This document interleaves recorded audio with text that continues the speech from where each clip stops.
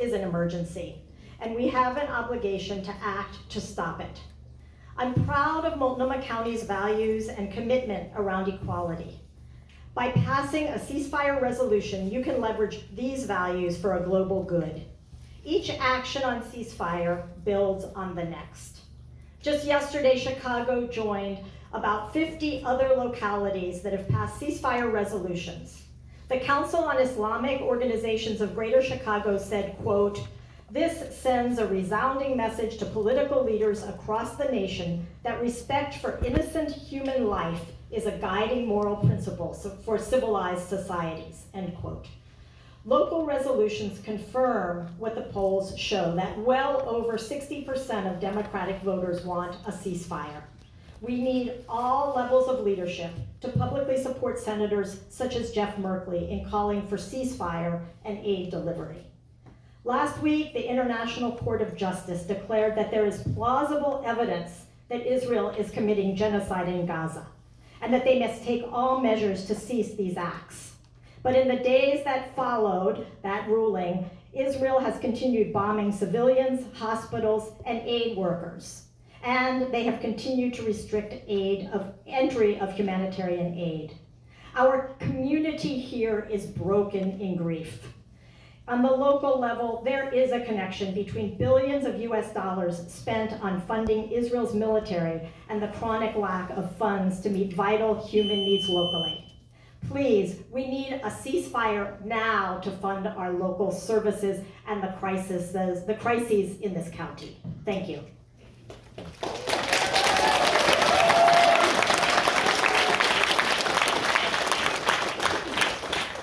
I appreciate everybody's show of support. Normally in this boardroom we go like this so that everybody can know that people are approving of things, but it's a little more quiet. So just so you know, thank you.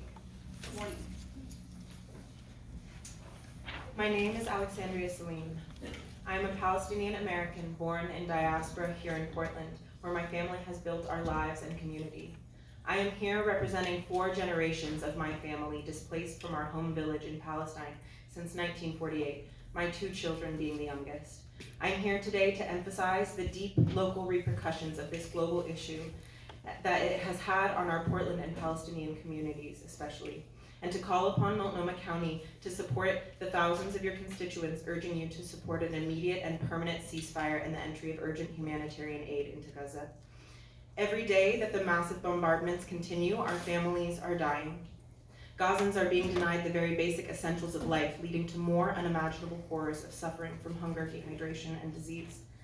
I hear from my family of the unlivable conditions of displacement currently in Rafah, sleeping in the remains of bombed buildings, all without homes to return to, having lost everything, fleeing from the Jabalia refugee camp in the north that has since been flattened by Israeli airstrikes.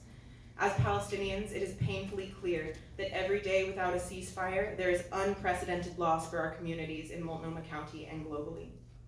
Your Palestinian constituents with relatives in Gaza have lost entire branches of their family. In October, my great uncle witnessed 3 of his children and all of their children, his grandchildren, killed. Soon after, he was too murdered in an Israeli airstrike. 2 of his sons and their entire families were taken a week later. 19 of my family members have been killed in their home by Israeli airstrikes that we know of. They were civilians, all of which became so-called legitimate targets of the Israeli military. Every day that our representatives are silent, we, your constituents, lose more and more family. My family's story is mirrored by the countless other Palestinians in Multnomah County.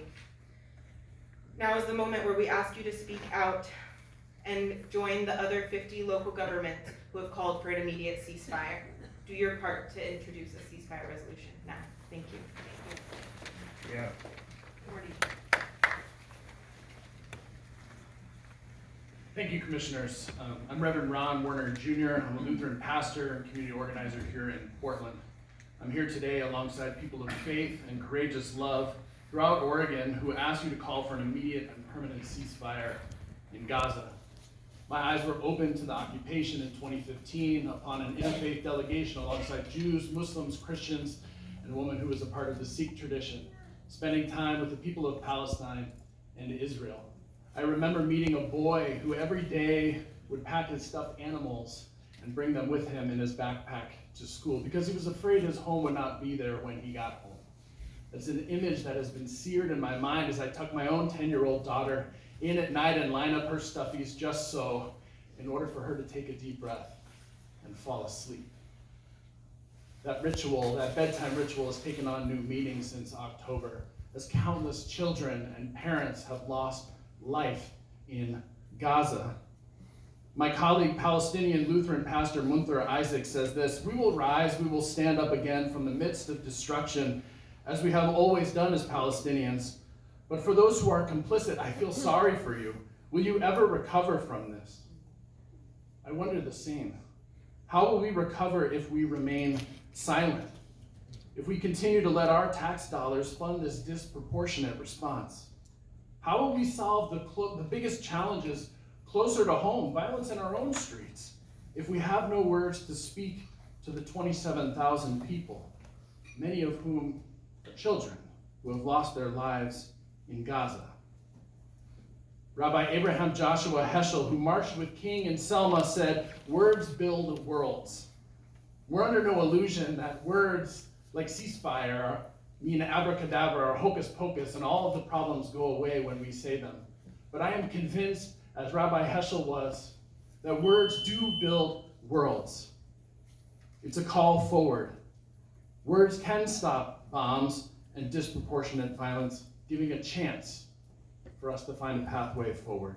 Thank you. Please join the countless people of faith and the other 50 cities whose local officials have called for a ceasefire. Thank you. Our next testimony is online.